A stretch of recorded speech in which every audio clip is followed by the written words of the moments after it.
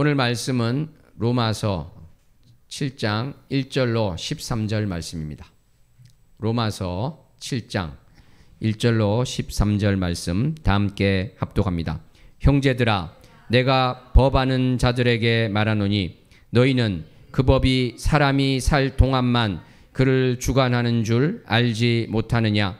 남편 있는 여인이 그 남편 생전에는 법으로 그에게 매인 바 되나 만일 그 남편이 죽으면 남편의 법에서 벗어나느니라.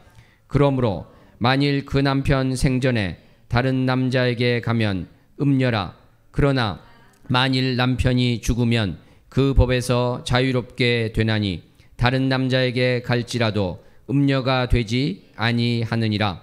그러므로 내 형제들아, 너희도 그리스도의 몸으로 말미암아 율법에 대하여 죽임을 당하였으니 이는 다르니 곧 죽은 자 가운데서 살아나신 이에게 가서 우리가 하나님을 위하여 열매를 맺게 하려 함이라. 우리가 육신에 있을 때에는 율법으로 말미암는 죄의 정욕이 우리 지체 중에 역사하여 우리로 사망을 위하여 열매를 맺게 하였더니 이제는 우리가 얽매였던 것에 대하여 죽었으므로 율법에서 벗어났으니 이러므로 우리가 영의 새로운 것으로 섬길 것이요 율법 조문에 묵은 것으로 아니할지니라. 그런즉 우리가 무슨 말을 하리요? 율법이 죄냐? 그럴 수 없느니라. 율법으로 말미암지 않고는 내가 죄를 알지 못하였으니 곧 율법이 탐내지 말라 하지 아니하였더라면 내가 탐심을 알지 못하였으리라. 그러나 죄가 기회를 타서 계명으로 말미암아 내 속에서 온갖 탐심을 이루었나니 이는 율법이 없으면 죄가 죽은 것임이라. 전에 율법을 깨닫지 못했을 때 내가 살았더니 계명이 이름에 죄는 살아나고 나는 죽었도다. 생명에 이르게 할 그 계명이 내게 대하여 도리어 사망에 이르게 하는 것이 되었도다. 죄가 기회를 타서 계명으로 말미암아 나를 속이고 그것으로 나를 죽였는지라. 이로보건대 율법은 거룩하고 계명도 거룩하고 의로우며 선하도다. 그런즉 성한 것이 내게 사망이 되었느냐? 그럴 수 없느니라. 오직 죄가 죄로 드러나기 위하여 선한 그것으로 말미암아 나를 죽게 만들었으니 이는 계명으로 말미암아 죄로 심히 죄되게 하려 함이라. 아멘. 기도합니다. 하나님 아버지, 감사합니다. 오늘 말씀 가운데 율법이 어떠한 것인지를 깨닫게 하여 주시고 또 우리가 예수 그리스도를 의지하여 성령님만을 의지하여 나갈 수 있음을 다시 한번 고백하게 하여 주시옵소서. 말씀 전하는 종의 입술을 붙들어 주시옵소서. 예수님 이름으로 기도하옵나이다. 아멘. 사랑하는 성도 여러분, 오늘 우리는 이제 로마서 5장 6장에서 이제 7장 말씀을 봅니다. 5장에서는 하나님과의 화평이라는 그러한 주제가 있었고요. 6장에서는 거룩함이라는 주제가 있었는데 7장에서는 어떻게 보면 이 자유함이다, 이러한 주제가 있다는 것을 우리가 볼 수 있겠습니다. 우리가 지난 시간에 있었던 말씀을 생각해 보면 로마서 6장 14절에 어떻게 됐습니까? 너희가 법 아래 있지 않고 은혜 아래 있다, 이렇게 되었는데 법 아래 있지 않고 은혜 아래 있다는 이 주제가 계속 이어져 있기도 합니다. 그리고 또 로마서 5장 20절에 보면은 율법이 들어온 것은 범죄를 더하게 하려 함이라, 이렇게 되어 있는데요. 이것이 어떠한 의미인지 그것에 대해서도 상술해서 부연하는 내용이 있기도 합니다. 그러한 것들을 우리가 보아서 오늘 말씀 가운데 도대체 율법에 대해서 어떠한 말씀을 하고 있는가, 이것을 다 함께 보았으면 좋겠습니다. 6장에서 우리는 죄에 대해서 죽었다, 이렇게 했습니다. 우리는 그래서 더 이상 죄의 종이 아니라 의의 종이 되어서 사망이 아니라 영생을 얻게 됐다고 말했습니다. 그런데 여전히 유대주의자들, 그러니까 할례라든지 음식법, 이러한 것을 비롯한 율법을 지켜야지 구원을 받을 수 있다, 이렇게 말하는 이 유대주의자들은 어떻게 이야기를 할까요? 지금 사도 바울이 율법을 반대하고 방종주의를 조장하고 있다, 이렇게 비난을 하고 있는 것입니다. 7장은 이에 대한 또 답의 성격도 있게 되겠습니다. 그러니까 율법주의자들은 저 크리스찬들은 지금 보니까 율법을 너무 무시하는 것 같아. 할례를 안 할 뿐만 아니라 이 성경 구약에 있는 말씀에 대해서 이것을 준수하는 것을 게을리하는 것 아닌가. 그래서 죄의 길이 지금 열리고 있는 것 아닌가. 율법이 지금 죄를 막고 있는데 이 크리스찬들이 죄로 가는 길을 열어준 것 아닌가. 이렇게 의심도 하고 그렇게 주장도 하고 비난도 했다는 것입니다. 그런데 지금 사도 바울은 무슨 이야기를 하고 있냐면 죄에 대해서 죽었다고 하는데 이제 율법에 대해서도 죽어야 된다. 왜냐하면 율법에 우리가 속박 아래 있고 율법 아래 있으면 오히려 죄를 짓게 된다. 그러한 이야기를 하고 있는 것입니다. 이것은 참으로 놀라운 말인 것이죠.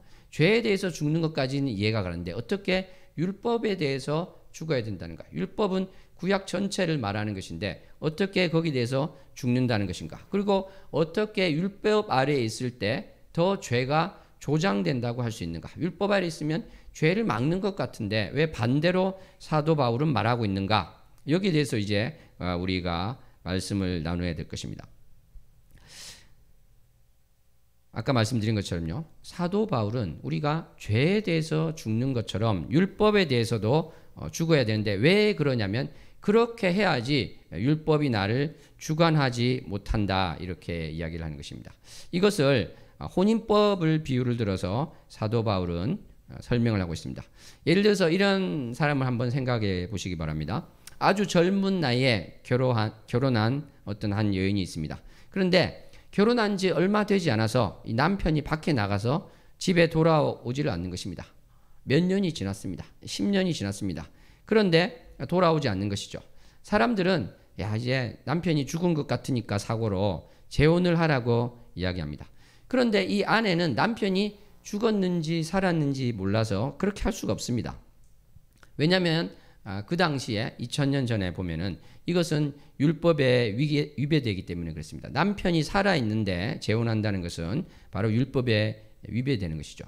근데 남편이 죽었다는 것이 확인되면 어떻게 될까요? 그러면 그 아내는 더 이상 그 율법에서 혼인법에서 말하는 것에 묶여있지 않고 재혼을 하게 되는 것입니다. 왜 그럴까요? 죽은 남편에 대해서는 율법이 더 이상 영향력을 나타낼 수 없기 때문에 그런 것입니다. 이렇게 죽은 남편에 대해서 영향을 나타내지 못하는 것처럼 사도 바울은 우리가 이제는 율법에 대해서 죽어야 된다. 이렇게 이야기를 하고 있습니다. 사실은 이 비유를 이제 1대1로 대응하게 되면은 율법이 이제 죽었다. 이렇게 할 수 있겠죠. 그죠? 율법이 죽었다. 그러니까 율법에서 자유하다. 이렇게 말할 수 있을 것 같은데 그렇게 이야기하지 않았습니다. 너희가 율법에 대해서 죽었다. 이렇게 이야기를 하고 있는 것입니다. 이것은 어떠한 것을 말하고 있을까요? 이것은 죄와 율법 관계를 우리가 알지 못하면 도저히 좀 이해가 되지 않는 것이라고 할 수 있습니다. 먼저 결론부터 말씀을 드린다면 우리가 율법에 대해서 죽고 이제 그리스도와 함께 한다는 것입니다. 바로 그리스도와 어떤 면에서는 혼인을 한다 이렇게 할 수 있겠죠. 우리가 율법에 대해서 죽었는데 죽은 사람이 무슨 혼인을 합니까? 이럴 수 있는데 바로 우리는 그리스도와 함께 장사 지냈고 그리스도가 부활하신 것 같이 우리는 새 생명 가운데 지금 다시 살고 있기 때문에 물론 이제 마지막 때 부활하는 것은 그대로 있는 것입니다만은 바로 우리는 지금 나의 영이 성령님이 오셔서 새 생명 가운데 있기 때문에 그리스도와 연합할 수 있다. 그리스도와 혼인할 수 있다. 이렇게 말씀을 하는 것입니다. 그래서 에베소서 5장 31절로 32절에 보면은 사람이 부모를 떠나 그의 아내와 합하여 그 둘이 한 육체가 될지니 이렇게 했는데 32절에 가니까 이렇게 되어 있습니다. 이 비밀이 크도다. 나는 그리스도와 교회에 대하여 말하노라. 이렇게 하고 있습니다. 그러니까 남녀가 연합해서 결혼하는 이 문제가 사실은 그리스도와 교회의 문제다. 이렇게 말하고 있는 것이죠. 그러니까 오늘 이 비유가 왜 하필이면 죽는 문제가 많은데 남편과 아내 이야기했을까 생각해 보면 사도 바울은 이런 것을 다 염두에 두고 있는 것입니다. 우리가 정말 율법에 대해서 죽었을 때 바로 그리스도와 연합해서 혼인관계가 되는 지금 에베소서에서 말한 그러한 관계로 갈 수가 있다. 그리고 이 모든 것들은 바로 성령님의 주관하에, 성령님의 인도하에 가능하다, 그 말을 하고 있는 것입니다. 사랑하는 성도 여러분, 아까 말씀드린 율법에 대해서, 율법은 좋은 것 같은데 왜 이러한 이야기가 있을까? 이 부분에 대해서 우리가 사도 바울이 성령님의 감동으로 어떻게 말씀을 전하고 있는지 확인해 보았으면 좋겠습니다. 다 함께 오늘 본문 말씀 가운데 5절을 합독하겠습니다. 우리가 육신에 있을 때는 율법으로 말미암는 죄의 정욕이 우리 지체 중에 역사하여 우리로 사망을 위하여 열매를 맺게 하였더니. 아멘. 이 말씀을 가만히 살펴보면 매우 이 충격적인 말씀이다, 이렇게 알 수 있습니다. 그렇죠? 지금 보면은 죄가 활동하는데 죄의 정욕, 죄를 욕망하는 것, 죄의 그 갈망, 이것이 어떻게 우리 지체 중에 역사하는가? 율법으로 말미암아서 역사한다, 이렇게 하고 있는 것이죠. 죄가 지금 활동하는데요, 우리가 상식적으로 생각할 때는 율법을 거슬러서 활동할 것 같지 않습니까? 그렇죠? 율법에 반대해서, 영어로 하면 against 해서 우리에게 역사할 것 같은데, 그것이 아니라 통해서, 말미암아서, through, 율법을 통해서 지금 역사하고 있다, 이렇게 말하고 있는 것이죠. 이것은 참으로 충격적인 말이 아닐 수 없는 것입니다. 아까 우리가 본 것처럼요, 로마서 5장 20절에도 보면은 율법이 들어온 것은 범죄를 더하게 하려 한 것이다, 이렇게 나오고 있는 것이죠. 오늘 우리가 본문 말씀을 다 같이 합독하였습니다마는 8절, 11절, 13절에도 이러한 표현이 계속해서 나오고 있습니다. 계명으로 말미암아, 계명을 통해서 죄가 탐심을 이루었다. 8절에 그렇게 나오고 있고요. 나를 속이고 나를 죽였다. 계명을 통해서 그렇게 이야기하고 있죠. 계명으로 말미암아 죄로 심히 죄되게 하려 한다. 13절에서도 그렇게 말하고 있는 것입니다. 6절에도 가보니까 어떻게 되어 있냐면은 영의 새로운 것, 성령님의 이 새로운 것과 대조를 하는데, 그것을 그냥 죄라고 하면 당연히 그런 것이죠. 그죠? 성령님의 새로운 것과 대조되는 것, 대비되는 것은 당연히 죄가 될 텐데, 뭐가 지금 대비되어서 나오고 있냐면 율법 조문에 묵은 것, 이렇게 하고 있는 것입니다. 율법 조문에 오래된 것. 그 성경에 나오는 그 글자, 우리가 알고 있는 그 계명의 글자의 그 오래된 것과 성령님을 지금 대비시키고 있더라는 것입니다. 여기까지 오니까, 야, 그러면 이게 지금 율법하고 죄를 동일시하고 있는 거 아니야? 율법이 죄가 아니야? 이러한 질문이 사람들에게 나오게 되겠죠. 7절에서 보니까 어떻게 되어 있습니까? 바로 그 말을 받아서 사도 바울이 이야기를 하고 있습니다. 율법이 죄냐? 그럴 수 없느니라. 이 표현은 결코 아니다, 절대 그럴 수 없다, 이러한 표현이 되겠습니다. 율법이 죄라는 것이 아니다, 이렇게 되죠. 그 근거를 지금 이야기를 하고 있는데, 왜냐하면 율법으로 말미암지 않고는 내가 죄를 알 수 없었을 것이다. 그러니까 탐내지 말라 하는 그 율법이 없었다면 내가 탐심, 그것을 알지 못했을 것이다. 상대방이 있는 것을 탐하는 것, 넘보는 것, 그러한 것을 알 수 없었을 것이다, 이렇게 이야기하고 있습니다. 그러니까 그렇구나, 율법이 없으면 이 죄를 죄로 깨닫지 못하는데 율법이 죄를 깨닫게 하는 거니까 율법이 죄와 동일한 것은 결코 아니구나, 그럴 수는 없구나, 이것을 우리가 알 수 있게 되는 것이죠. 그런데 여기까지만 이제 끝내면 그렇구나, 율법은 죄와 정반대되는 것이고 오히려 죄를 고발하는 것이구나, 이렇게 하고 이제 사도 바울이 끝내는 게 아니라 8절에 가니까, 그러나 그 죄가 기회를 타서 계명으로 말미암아, 다시 또 그 이야기를 하고 있죠. 계명으로 말미암아 탐심을 이루었다, 이렇게 이야기하고 있습니다. 너무나 또 놀란 말이죠. 지금 탐심이라는 그 죄에 대해서 또 십계명의 그 10번째 계명을 보면 그렇게 되어 있지 않습니까? 바로 탐심이라는 것은 우리 그 마음 가운데 있는 그러한 것들, 또 그것이 우상숭배와 같다는 말씀도 하였는데 사도 바울이 바로 이러한 것들을 내가 율법이 없었을 때는 모르고 있었다라는 것입니다. 마치 이 집시의 아이들이 물건을 막 훔치는데 얘들은 죄의식이 전혀 없어요. 훔치면서도 이게 죄라는 것을 모릅니다. 이러한 아이들처럼 내가 이 탐심이 죄라는 것도 몰랐는데 율법을 알게 되어서 이것이 죄라는 것을 알았다는 것입니다. 그런데 문제는 지금 뭐냐면 8절에 보니까 8절 한번 합독해 볼까요? 합독하겠습니다. 그러나 죄가 기회를 타서 계명으로 말미암아 내 속에서 온갖 탐심을 이루었나니 이는 율법이 없으면 죄가 죽은 것임이라. 지금 보니까 죄가 우리에게 온갖 탐심을 이루고 있는데 바로 계명을 통해서 계명으로 말미암아서 그렇게 되었다는 것이죠. 마치 어떠한 이 맹수나 도적이 나를 공격하러 오는데 높은 담이 있어서 공격을 못합니다. 그런데 그 밑에 발판이 있으면 발판을 딛고 넘어와서 나를 공격하겠죠. 그런데 여기 보니까 율법이 없으면 죄가 죽은 것입니다. 율법이 있어가지고 죄가 살아나서 나를 공격한 것, 그러한 것을 지금 이야기하고 있는 것이죠. 실제로 9절에서 그렇게 말씀하고 있습니다. 9절도 합독하겠습니다. 전에 율법을 깨닫지 못했을 때는 내가 살았더니 계명이 이름에 죄는 살아나고 나는 죽었도다. 그렇죠? 지금 계명이 있으니까 죄가 나를 공격하지 못하던 죄가 이 계명을 통해서 나를 공격하고 있더라는 것입니다. 이것이 정말 이해가 되지 않을 것입니다. 도대체 이것이 무슨 말일까?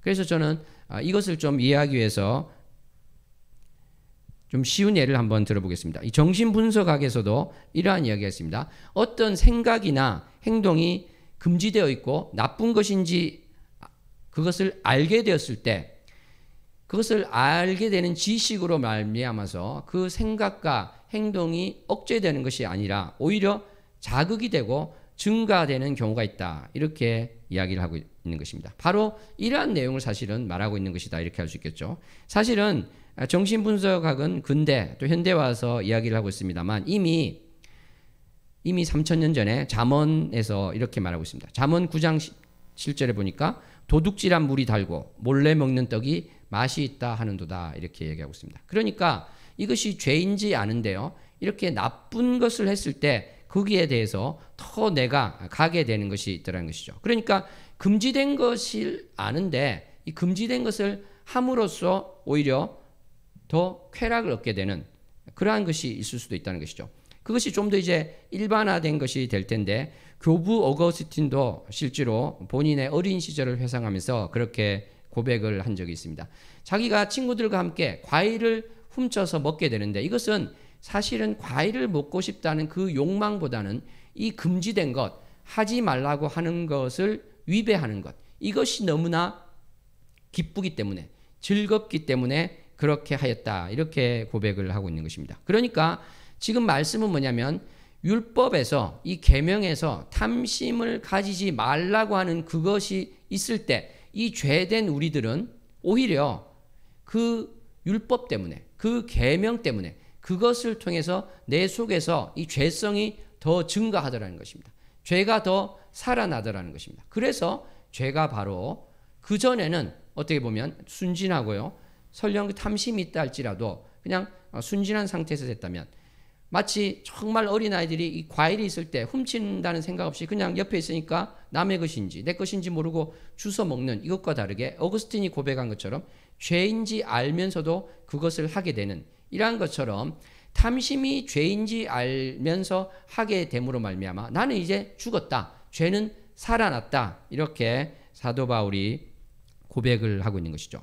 사랑하는 성도 여러분, 우리가 이러한 경우가 많을 수 있습니다. 정말 내가 이것이 죄인지 아는데 알고 있죠. 그런데 그것을 알면서도 계속 하게 되고 그래서 더 큰 죄책감을 가지게 되고 이것이 죄이기 때문에 더 하게 되는 그러한 경우도 있더라는 것입니다. 사실은 우리가 이 뿌리를 거슬러 가면 아담에까지 이제 간다고 할 수 있을 것입니다. 하나님께서 금지하셨는데 이 금지한 것에 선을 넘어서고자 하는 그러한 욕망이 있었다는 것이죠. 그리고 아담의 후예인 우리들은 전부 다 똑같은 그러한 욕망을 타고난 존재다. 이렇게 할 수 있는 것입니다. 그래서 10절에 가니까 이렇게 말씀하고 있습니다. 생명에 이르게 할 그 계명이 이제 사망에 이르게 하는 것이 되었도다. 그러니까 사도 바울이 사실은 율법을 잘 지키려고도 했는데 이게 뿌리를 추적해 보니까 사실은 내가 그걸 통해서 살아난 것이 아니라 사망에 이른 것밖에 안 되었다. 실제로 그랬다. 이렇게 고백을 하게 되는 것이죠. 그래서 바로 로마서 5장 20절에서 우리가 보았던 것처럼 율법이 들어온 것은 범죄를 더하게 하려 합니다. 율법이 끼어들어서 범죄가 더 늘어났다. 이러한 말씀을 이미 하였던 것입니다. 율법이 없었으면 오히려 그러한 범죄, 죄를 범하는 것, 죄에 대한 것이 증가하지 않았을 텐데 율법이 있어서 오히려 그렇게 됐다. 11절에 이것을 더 설명을 하고 있습니다. 죄가 기회를 타서 계명으로 말미암아 나를 속이고 그것으로 나를 죽였다. 이렇게 하는 것이죠. 그러니까 죄가 나를 공격하는데 이 계명을 어떻게 보면 교두보로 삼아서 나를 공격하고 죽였다는 것입니다. 죄가 이 율법을 전초 기주로 활용해서 나를 죽였다는 것이죠. 그러니까 이렇게 보면 율법이라는 것은 무엇인가? 어떻게 보면 이 죄를 조장하는 격이 되는 것 아닌가?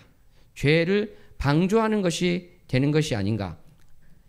율법은 죄와 불가분의 관계가 있는 것이 아닌가? 이렇게까지 보게 되는 것이죠. 정말 얽매여 있는 이러한 상태, 죄와 율법이 정말 뗄래야 뗄 수 없는 그러한 관계가 된 것을 보게 된다는 것입니다.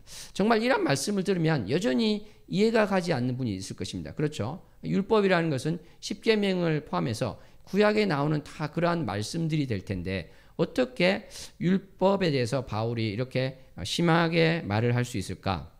그런데 가만히 생각해 보면 바울의 고민은 이거였을 것입니다. 바울이 깨달은 것은 이것이었을 것입니다. 바울은 바리새인으로서 이 율법에 있는 것을 잘 지켜서 정말 구원을 받고자 했습니다. 그런데 예수님이 나타나셨죠. 그런데 바로 바울은 예수님을 반대했을 뿐만 아니라 예수를 믿는 사람들을 박해했습니다. 다메섹까지 가서 그들을 잡아오려고 했습니다. 사형 판결을 내릴 때 가편, 찬성하는 표를 던지기도 했던 것입니다. 그런데 바울이 스스로를 돌아볼 때 만약에 내가 오히려 율법을 몰랐더라면 그렇게 될 수 있었을까? 내가 정말 율법에 몰랐더라도 그렇게 예수님을 반대할 수 있었을까? 이 생각을 하게 된 것이죠. 사실은 율법을 알았는데 그것으로 말미암아서 바로 본인이 예수님 앞으로 가는데 방해가 되었다.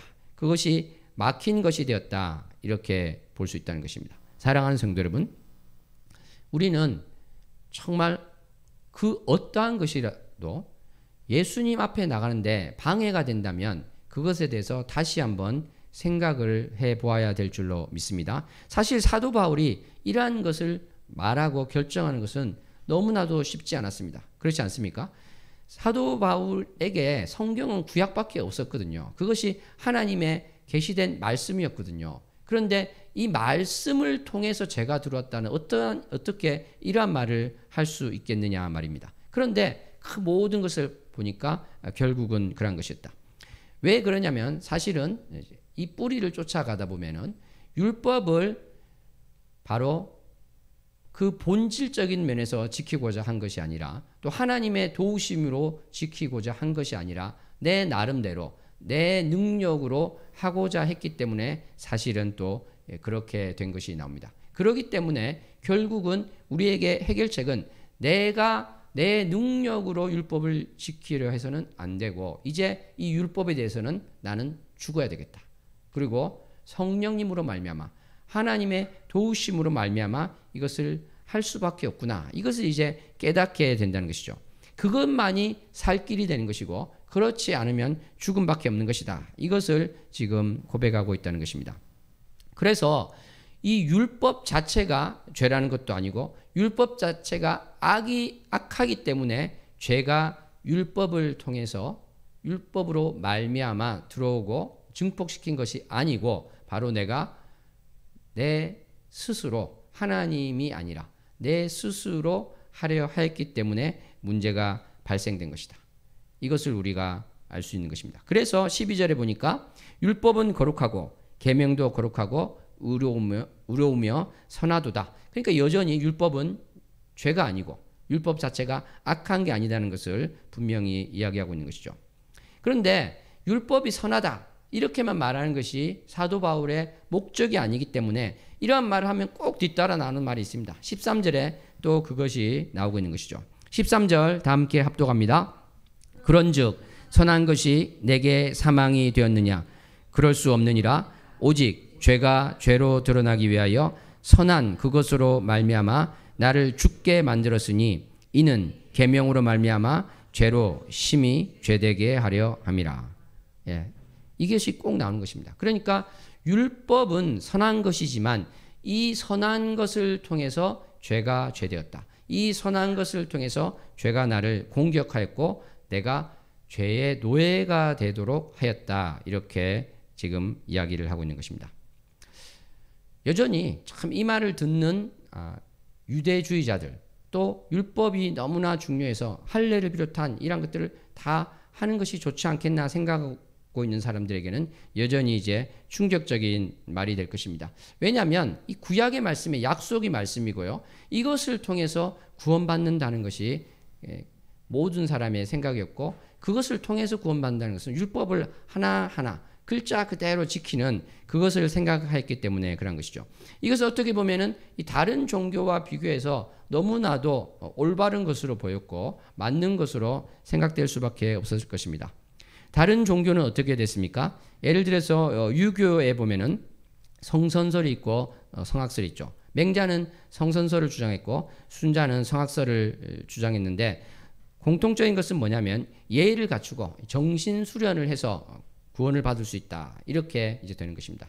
불교는 무엇이 됩니까? 이 욕망, 존재하려는 이 욕구나 의지를 다 내려놓고 해탈, 열반을 되는 것. 그러니까 나의 의식과 나의 존재가 다 소멸되는 그러한 것을 통해서 나아갈 수 있다. 이렇게 이야기를 했죠. 그리고 소크라테스는 어떻게 이야기했냐면 이 죄의 원인과 본질은 무지라고 했습니다. 그러니까 인간은 본성상 선하기 때문에 교육을 통해서 올바로 될 수 있다. 플라톤은 인간의 의지를 통해서 그렇게 될 수 있다. 이렇게 보았던 것입니다. 펠라기우스는 5세기 영국 수도사인데 제가 전에도 한번 말씀드렸죠. 자유의지를 통해서 바로 우리가 구원받을 수 있다. 의로워질 수 있다. 이렇게 이야기를 하였던 것이죠. 그런데 이 율법은 어떻습니까? 구약에 나오는 그 말씀을 지키면 된다.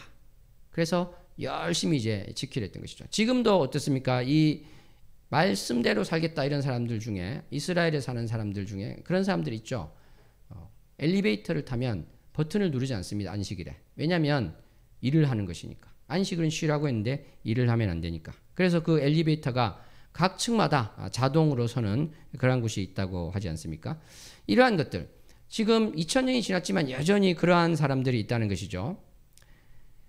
이러한 사람들에 대해서 예수님께서는 수고하고 무거운 짐진 자들이라고 이야기를 하셨습니다. 다 내게로 와라. 너희를 쉬게 하겠다. 이렇게 말씀하셨습니다. 내 멍에는 쉽고 내 짐은 가볍다. 그 말씀하셨습니다. 그러니까 지금 613개 그 율법 조문, 그리고 거기 더해서 그 조상들의 전통을 열심히 지키려 해서 너희들이 구원을 받으려 하는데 그러지 말라고 말씀하신 것입니다.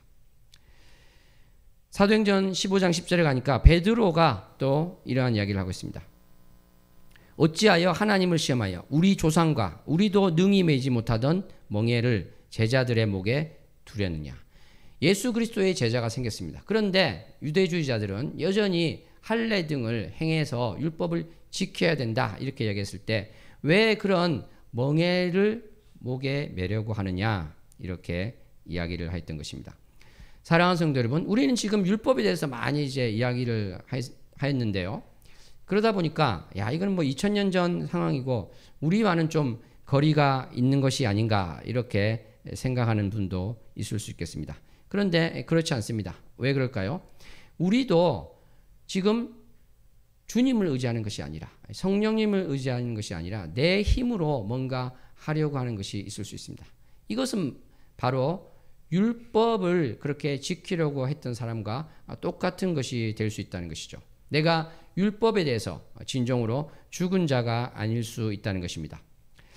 예레미야 31장 33절에는 어떻게 됐습니까? 바로 주님께서 하나님께서 언약에 대해서 말씀하시는데 나의 법을 그들의 속에 두며 그들의 마음에 기록하여 나는 그들의 하나님이 되고 그들은 내 백성이 될 것이라 이렇게 말씀하셨습니다. 이렇게 구약에 약속하신 말씀이 있는데 이것은 바리새인들이 착각했던 것처럼 유대주의자들이 착각했던 것처럼 열심히 법을 지켜서 나의 노력으로 해서 되는 것이 아니었습니다.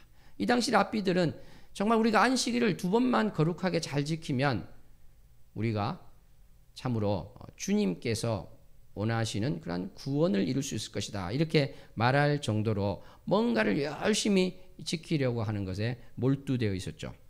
그래서 예수님께서 어떻습니까? 안식일에 병자를 낫게 하는 것도 반대하지 않았습니까? 왜냐하면 자기가 볼 때는 이 율법을 온전히 지키는 것에 위배된다고 생각했기 때문에 그러한 것입니다. 그런데 고린도서 3장 6절에도 말한 것처럼 바로 이러한 율법 조문은 죽이는 것입니다. 오늘 말씀과 마찬가지로 이것은 죽이는 것이다. 실제로 그 영혼이 죽고요. 결국은 멸망할 수밖에 없고 예수님까지 십자가에 매달게 한 그러한 자세가 있었다는 것이죠.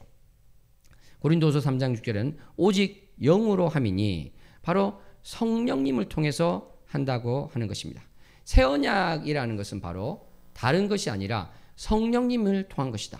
예수 그리스도께서 십자가에서 죽으시고 부활하셔서 승천하신 후에 바로 성령님을 보내주셔서 우리가 성령님을 의지하고 내 안에 모시고 그 음성에 귀를 기울이고 나아갈 때 우리는 바로 진정한 의미에서 율법에 대해서 죽은 자가 되고 예수 그리스도와 연합하여 바로 혼인한 자가 되는 것이 된다. 이렇게 말씀을 드릴 수 있습니다.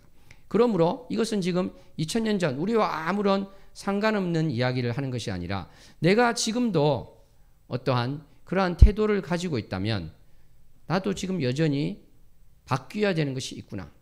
내가 여전히 무언가를 나의 힘으로 하려고 하고 무언가를 내가 지키려 하고 지키지 않는 사람을 손가락질하고 판단하고 정죄하고 있다면 그리고 내가 사실은 겉으로는 이것을 지켜야 된다, 행해야 된다고 하면서 마음속으로는 오히려 죄를 짓고자 하는 것에 대한 그 열망과 갈망이 불타고 있다면 지금 사도 바울이 말하고 있는 이것이 바로 나에게 적용되는 것이고 내가 여기에 대해서 돌아서야 되는 자다. 이것을 우리는 고백할 수 있을 것입니다. 사랑하는 성도 여러분, 다시 한번 말씀드립니다. 우리가 죄에 대해서 죽어야 되고 또 죽었는데 이제는 율법에 대해서도 죽어야 된다. 그것은 바로 내가 생각하는 모든 체계 여기에 대해서 다 내려놓고 오직 예수 그리스도만 바라보아야 된다는 것입니다. 내가 정말 많은 것이 있지만 그것을 보지 않고 오직 주님만을 바라보아야 된다는 것입니다. 다른 것이 나의 구원 여정에 관련이 되고 그것을 하지 않으면 문제가 생길 것 같다고 한다면 그것이 바로 묵은 율법 조문이 되는 것입니다. 아멘. 바로 우리가 지금 종교개혁 500년 전에 있었던 그 종교개혁이 바로 이러한 것이었습니다. 지금도 로마 가톨릭에는 7대 성사가 있는데 이 개신교에는 2가지밖에 성례로 인정하지 않습니다.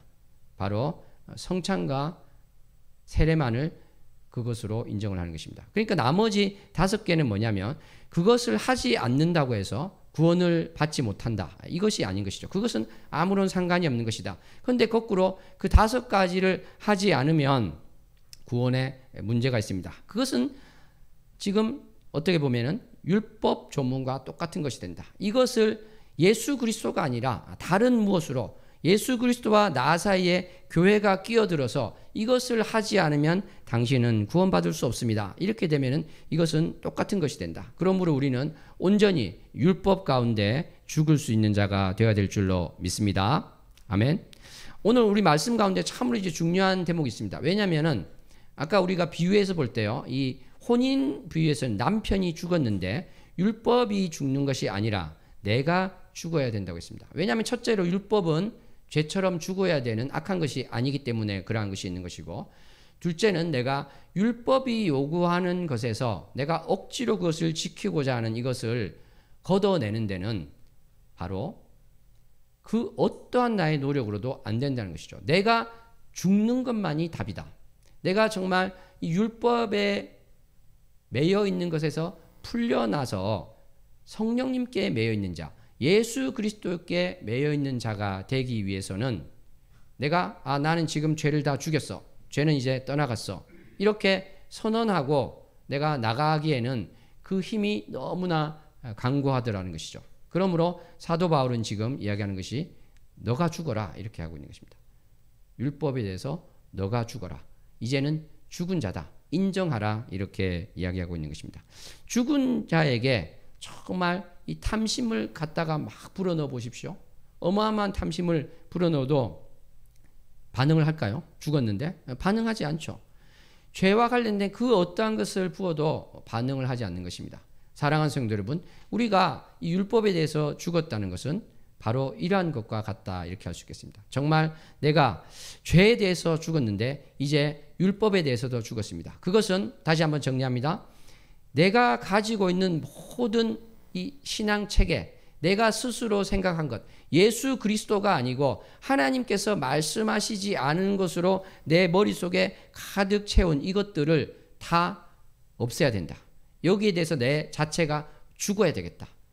이것을 개조시키고 조금 바꾸고 어떻게 그렇게 해서 될 수 있는 주제가 아니고 이러한 차원의 것이 아니라 이것을 완전히 전체적으로 내가 죽음으로써 다 내려놓아야 된다. 이것을 말씀을 하고 있는 것입니다. 사랑하는 성도 여러분, 그러므로 이 말씀이 씌워진 후 2000년이 지난 지금에 있어서도 내가 어떠한 나의 것을 가지고 이것이 예수님보다 앞서는 것이 있다면 내가 가지고 있는 어떠한 체계, 사상, 가치관, 가치, 내가 중요시하는 것, 이것들이 주님보다 더 앞서서 이것이 나를 주장하고 이것이 나를 이끌고 나를 인도하고 있다면 내 모든 생각과 자세와 태도와 행위가 이러한 것에 맞춰져 있다면 사랑하는 성도 여러분, 이것을 조금 허물고 새로 지으려는 것이 아니라 완전히 무너뜨려야 된다. 내가 정말로 죽어야 된다. 이거밖에 답이 없는 것입니다. 그러므로 우리가 기도할 때 주님, 내가 아직도 내 생각 가운데 내 안에 있는 이 율법의 체계 이 가운데 죽지 않은 것이 있다면 내가 이제 정말 죽기 원합니다. 내가 스스로 만들고 스스로 개발하고 스스로 고안해서 나가는 것이 아니라 다 내려놓고 이것이 진정으로 내려놓는 것은 내가 거기에 대해서 죽는 것입니다. 내가 완전히 죽어서 거기에 조금도 0.001도 반응하지 않는 그러한 존재가 되겠습니다. 그리고 이제 내가 반응하는 것은 내 안에 계신 성령님, 성령님의 음성에 반응하겠습니다. 성령님의 음성을 듣겠습니다. 성령님의 인도하심을 받겠습니다. 내 안에 사는 것은 오직 예수 그리스도뿐입니다. 그리스도의 사랑밖에 없습니다. 내 안에 사는 것은 이제는 내가 아닙니다. 옛사람은 완전히 죽었고 나의 가치체계는 다 이제 허물어졌고 나는 거기에 대해서 아무런 반응을 하지 않는 존재가 되었습니다. 나의 생각을, 나의 태도를 처음부터 다시 세워 주시옵소서. 주님께서 나의 생각을 뒤집어 엎고 무너뜨리고 내가 정말로 그 생각에 대해서 죽어서 나의 생각을 처음부터 다시 세울 수 있도록 하나님 도와주시옵소서. 이것이 우리의 간절한 부르짖음이 되어야 될 것입니다. 기도하겠습니다.